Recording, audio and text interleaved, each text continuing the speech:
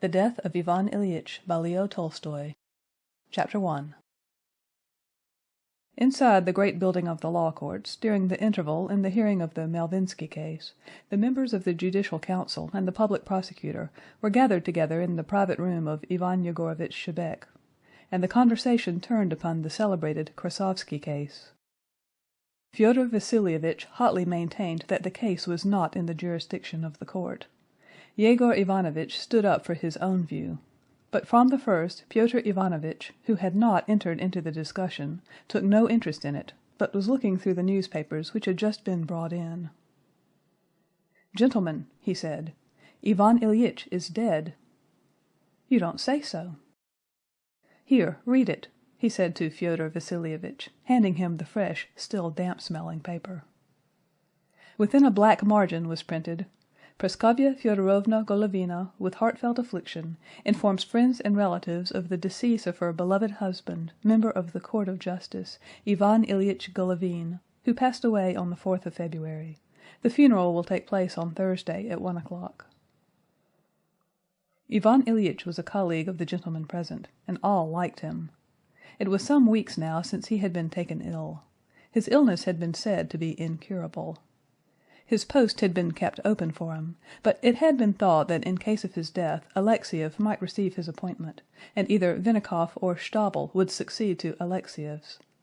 So that on hearing of Ivan Ilyitch's death, the first thought of each of the gentlemen in the room was of the effect this death might have on the transfer or promotion of themselves or their friends. "Now I am sure of getting Stabel's place or Vinnikov's," thought Fyodor Vassilievitch. "It was promised me long ago, and the promotion means 800 rubles additional income, besides the grants for office expenses.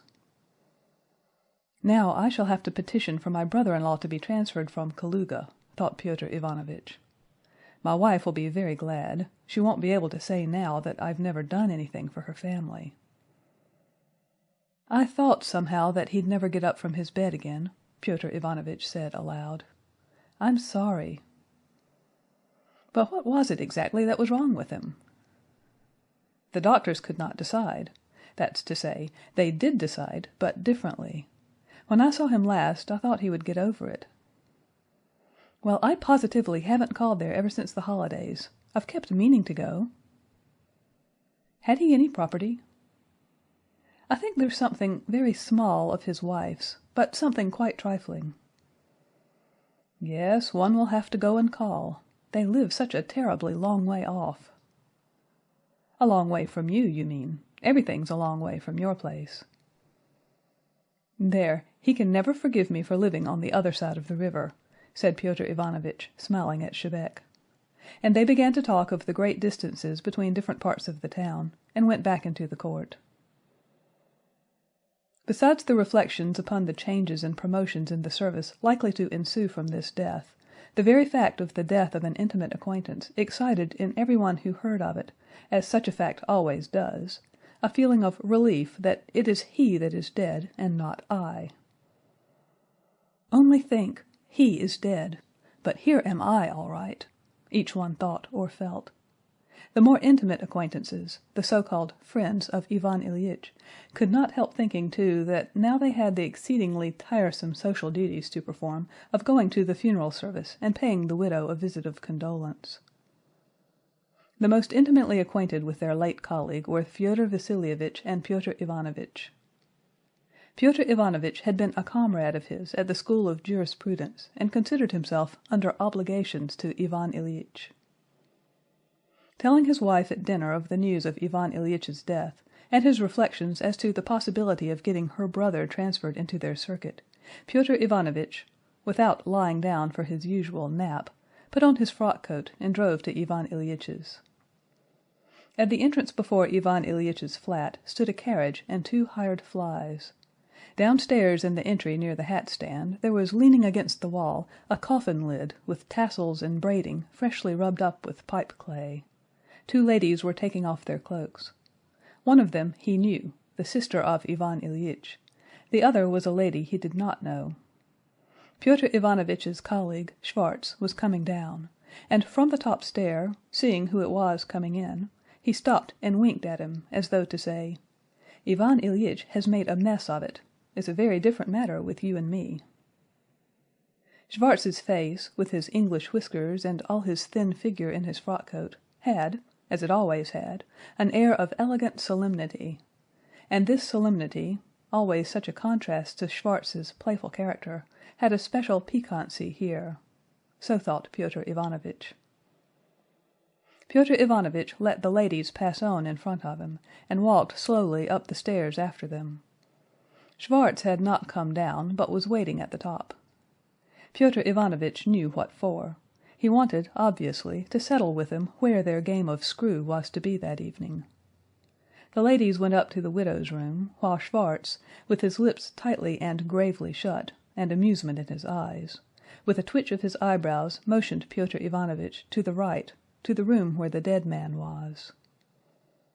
Pyotr Ivanovitch went in, as people always do on such occasions, in uncertainty as to what he would have to do there. One thing he felt sure of, that crossing oneself never comes amiss on such occasions. As to whether it was necessary to bow down while doing so, he did not feel quite sure, and so chose a middle course. On entering the room he began crossing himself, and made a slight sort of bow. So far as the movements of his hands and head permitted him, he glanced while doing so about the room. Two young men, one a high school boy, nephews probably, were going out of the room, crossing themselves. An old lady was standing motionless, and a lady, with her eyebrows queerly lifted, was saying something to her in a whisper. A deacon in a frock-coat, resolute and hearty, was reading something aloud with an expression that precluded all possibility of contradiction. A young peasant who used to wait at table, Gerasim, walking with light footsteps in front of Pyotr Ivanovitch, was sprinkling something on the floor. Seeing this, Pyotr Ivanovitch was at once aware of the faint odor of the decomposing corpse. On his last visit to Ivan Ilyich, Pyotr Ivanovitch had seen this peasant in his room. He was performing the duties of a sick nurse, and Ivan Ilyich liked him particularly. Pyotr Ivanovitch continued crossing himself and bowing in a direction intermediate between the coffin, the deacon, and the holy pictures on the table in the corner. Then, when this action of making the sign of the cross with his hand seemed to him to have been unduly prolonged, he stood still and began to scrutinize the dead man. The dead man lay, as dead men always do lie, in a peculiarly heavy, dead way, his stiffened limbs sunk in the cushions of the coffin, and his head bent back forever on the pillow, and thrust up, as dead men always do, his yellow waxen forehead with bald spots on the sunken temples, and his nose that stood out sharply and, as it were, squeezed on the upper lip. He was much changed, even thinner since Pyotr Ivanovitch had seen him, but his face, as always with the dead, was more handsome and, above all, more impressive than it had been when he was alive. On the face was an expression of what had to be done having been done, and rightly done. Besides this, there was too in that expression a reproach or a reminder for the living. This reminder seemed to Pyotr Ivanovitch uncalled for, or at least to have nothing to do with him. He felt something unpleasant, and so Pyotr Ivanovitch once more crossed himself hurriedly, and, as it struck him, too hurriedly, not quite in accordance with the proprieties, turned and went to the door. Schwartz was waiting for him in the adjoining room, standing with his legs apart and both hands behind his back, playing with his top hat. A single glance at the playful, sleek, and elegant figure of Schwartz revived Pyotr Ivanovitch. He felt that he, Schwartz, was above it, and would not give way to depressing impressions.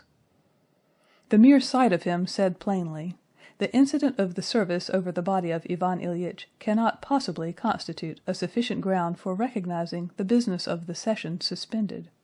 In other words, in no way can it hinder us from shuffling and cutting a pack of cards this evening, while the footman sets 4 unsanctified candles on the table for us. In fact, there is no ground for supposing that this incident could prevent us from spending the evening agreeably. He said as much, indeed, to Pyotr Ivanovitch as he came out, proposing that the party should meet at Fyodor Vassilievitch's. But apparently it was Pyotr Ivanovitch's destiny not to play screw that evening. Praskovya Fyodorovna, a short, fat woman, who, in spite of all efforts in a contrary direction, was steadily broader from her shoulders downwards, all in black, with lace on her head, and her eyebrows as queerly arched as the lady standing beside the coffin, came out of her own apartments with some other ladies, and, conducting them to the dead man's room, said, "The service will take place immediately. Come in." Schwartz, making an indefinite bow, stood still, obviously neither accepting nor declining this invitation. Praskovya Fyodorovna, recognizing Pyotr Ivanovitch, sighed, went right up to him, took his hand, and said, "I know that you are a true friend of Ivan Ilyitch's," and looked at him, expecting from him the suitable action in response to these words. Pyotr Ivanovitch knew that, just as before he had to cross himself, now what he had to do was to press her hand, to sigh, and to say, "Ah, I was indeed." And he did so. And as he did so, he felt that the desired result had been attained, that he was touched and she was touched. "Come, since it's not begun yet, I have something I want to say to you," said the widow. "Give me your arm." Pyotr Ivanovitch gave her his arm, and they moved towards the inner rooms, passing Schwartz, who winked gloomily at Pyotr Ivanovitch. "So much for our screw. Don't complain if we find another partner. You can make a fifth when you do get away," said his humorous glance. Pyotr Ivanovitch sighed still more deeply and despondently, and Praskovya Fyodorovna pressed his hand gratefully. Going into her drawing-room, that was upholstered with pink cretonne and lighted by a dismal-looking lamp, they sat down at the table, she on a sofa and Pyotr Ivanovitch on a low ottoman with deranged springs which yielded spasmodically under his weight. Praskovya Fyodorovna was about to warn him to sit on another seat, but felt such a recommendation out of keeping with her position, and changed her mind. Sitting down on the ottoman, Pyotr Ivanovitch remembered how Ivan Ilyitch had arranged this drawing-room, and had consulted him about this very pink cretonne with green leaves. Seating herself on the sofa, and pushing by the table (the whole drawing-room was crowded with furniture and things), the widow caught the lace of her black fichu in the carving of the table. Pyotr Ivanovitch got up to disentangle it for her, and the ottoman, freed from his weight, began bobbing up spasmodically under him. The widow began unhooking her lace herself, and Pyotr Ivanovitch again sat down, suppressing the mutinous ottoman springs under him. But the widow could not quite free herself, and Pyotr Ivanovitch rose again, and again the ottoman became mutinous and popped up with a positive snap. When this was all over, she took out a clean cambric handkerchief and began weeping. Pyotr Ivanovitch had been chilled off by the incident with the lace and the struggle with the ottoman springs, and he sat looking sullen. This awkward position was cut short by the entrance of Sokolov, Ivan Ilyitch's butler, who came in to announce that the place in the cemetery fixed on by Praskovya Fyodorovna would cost 200 rubles. She left off weeping, and with the air of a victim, glancing at Pyotr Ivanovitch, said in French that it was very terrible for her. Pyotr Ivanovitch made a silent gesture signifying his unhesitating conviction that it must indeed be so. "Please smoke," she said in a magnanimous and at the same time crushed voice, and she began discussing with Sokolov the question of the price of the site for the grave. Pyotr Ivanovitch, lighting a cigarette, listened to her very circumstantial inquiries as to the various prices of sites and her decision as to the one to be selected. Having settled on the site for the grave, she made arrangements also about the choristers. Sokolov went away. "I see to everything myself," she said to Pyotr Ivanovitch, moving on one side the albums that lay on the table, and noticing that the table was in danger from the cigarette ash, she promptly passed an ash-tray to Pyotr Ivanovitch, and said, "I consider it an affectation to pretend that my grief prevents me from looking after practical matters. On the contrary, if anything could not console me, but distract me, it is seeing after everything for him." She took out her handkerchief again, as though preparing to weep again, and suddenly, as though struggling with herself, She shook herself and began speaking calmly. "But I've business to talk about with you." Pyotr Ivanovitch bowed, carefully keeping in check the springs of the ottoman, which had at once begun quivering under him. "The last few days his sufferings were awful." "Did he suffer very much?" asked Pyotr Ivanovitch. "Oh, awfully! For the last moments, hours indeed, he never left off screaming. For 3 days and nights in succession he screamed incessantly. It was insufferable. I can't understand how I bore it. One could hear it through 3 closed doors. Ah, what I suffered!" "And was he really conscious?" asked Pyotr Ivanovitch. "Yes," she whispered, "up to the last minute. He said good-bye to us a quarter of an hour before his death, and asked Volodya to be taken away, too." The thought of the sufferings of a man he had known so intimately, at first as a light-hearted boy, a schoolboy, then grown up as a partner at whist, in spite of the unpleasant consciousness of his own and this woman's hypocrisy, suddenly horrified Pyotr Ivanovitch. He saw again that forehead, the nose that seemed squeezing the lip, and he felt frightened for himself. 3 days and nights of awful suffering and death. Why, that may at once, any minute, come upon me too, he thought, and he felt for an instant terrified. But immediately, he could not himself have said how, there came to his support the customary reflection that this had happened to Ivan Ilyich and not to him, and that to him this must not and could not happen, that in thinking thus he was giving way to depression, which was not the right thing to do, as was evident from Schwarz's expression of face. And making these reflections, Pyotr Ivanovitch felt reassured, and began with interest inquiring details about Ivan Ilyitch's end, as though death were a mischance peculiar to Ivan Ilyich, but not at all incidental to himself. After various observations about the details of the truly awful physical sufferings endured by Ivan Ilyich, these details Pyotr Ivanovitch learned only through the effect Ivan Ilyitch's agonies had had on the nerves of Praskovya Fyodorovna. The widow apparently thought it time to get to business. "Ah, Pyotr Ivanovitch, how hard it is! How awfully, awfully hard!" And she began to cry again. Pyotr Ivanovitch sighed and waited for her to blow her nose. When she had done so, he said, "Indeed it is." And again she began to talk, and brought out what was evidently the business she wished to discuss with him. That business consisted in the inquiry as to how on the occasion of her husband's death she was to obtain a grant from the government. She made a show of asking Pyotr Ivanovitch's advice about a pension, but he perceived that she knew already to the minutest details what he did not know himself indeed, everything that could be got out of the government on the ground of this death, but that what she wanted to find out was whether there were not any means of obtaining a little more. Pyotr Ivanovitch tried to imagine such means, but after pondering a little, and out of politeness abusing the government for its stinginess, he said that he believed that it was impossible to obtain more. Then she sighed, and began unmistakably looking about for an excuse for getting rid of her visitor. He perceived this, put out his cigarette, got up, pressed her hand, and went out into the passage. In the dining-room, where was the bric-a-brac clock that Ivan Ilyich had been so delighted at buying, Pyotr Ivanovitch met the priest and several people he knew who had come to the service for the dead, and saw too Ivan Ilyitch's daughter, a handsome young lady. She was all in black. Her very slender figure looked even slenderer than usual. She had a gloomy, determined, almost wrathful expression.